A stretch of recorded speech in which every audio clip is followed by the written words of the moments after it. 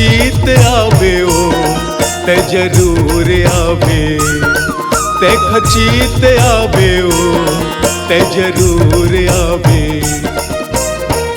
बैठे आ मडार माँ दरिया के पार माँ, बैठे आ मडार माँ दरिया के पार।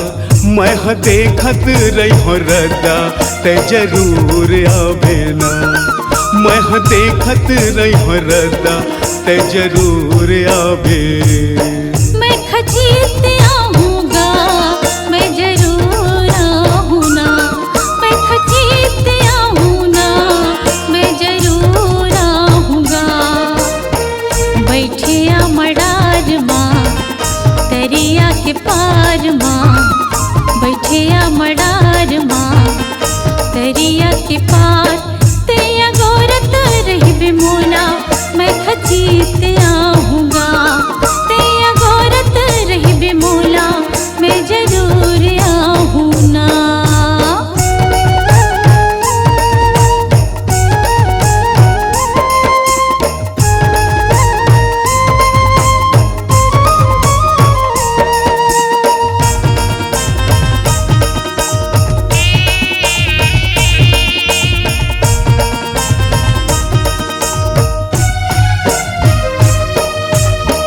तोर बिन दिन हा बछर लागे, तोला देखे बिन जिंदगी दूभर लागे।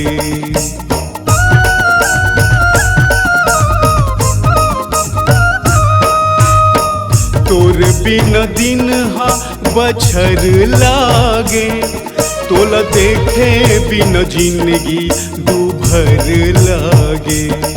तोला देखे बिन जिंदगी दूभर लागे। नदिया कछार माँ वही मेर सरार माँ, नदिया कछार माँ वही मेर सरार। तरसावे झन चोला ते जरूर आवे, तरसावे झन चोला ते जरूर आवे।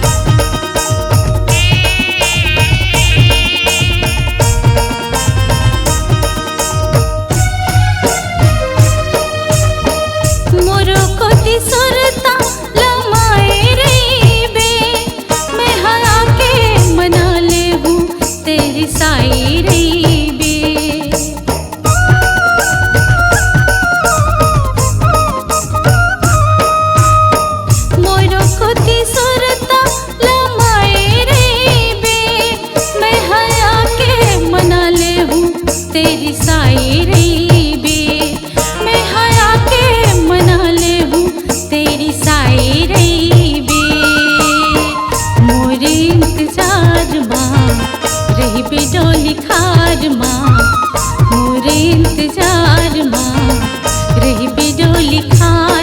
मैं भुलाऊँ नहीं तोला मैं जरूर आऊँ ना, मैं भुलाऊँ नहीं तोला मैं जरूर आऊँ ना।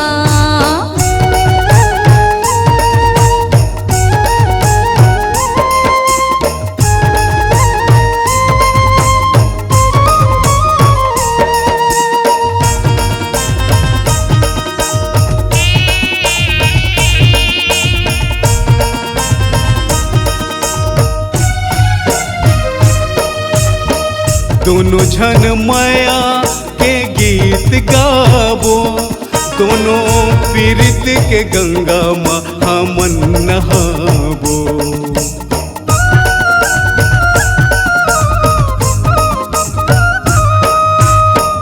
जग बैरी होवे चाहे छोटे घर बार, तही मोर जिंदगी मोर जीव के आधार, तही मोर जिंदगी मोर जीव के आधार। सफीन दास के प्यार माँ जामुन के बाजार माँ, सफीन दास के प्यार माँ जामुन के बाजार मोर खीरिया है तोला ते जरूर आवेला। मोर खीरिया है तोला ते जरूर आवे ओ। बैठिया मडार माँ दरिया के पार माँ, बैठिया मडार माँ दरिया के पार। तैया गौरत रह भी मोला मैं खचीत आहूँ ना, तैया गौरत रह भी मोला मैं जरूर आहूँगा। मैं देखत रही हो तोला ते जरूर आवे ना, तैया गौरत रह भी मोला मैं जरूर आहूँगा। मैं देखत रही हो तोला ते जरूर आवे ना, तैया गौरत रह भी मोला मैं खचीत आहूँ ना। हमारे YouTube चैनल स्वर पाठन गाना को सब्सक्राइब करें और बेल आइकन को प्रेस जरूर कर लेवे, जिससे हमारे आने वाले नए वीडियो का नोटिफिकेशन आप तक सबसे पहले पहुंच सके। मल्टी ट्रैक डिजिटल रिकॉर्डिंग के लिए स्वर पाठन studio and music production, Kurmi भवन के पास, खर्रा पाटन, जिला दुर्ग, छत्तीसगढ़।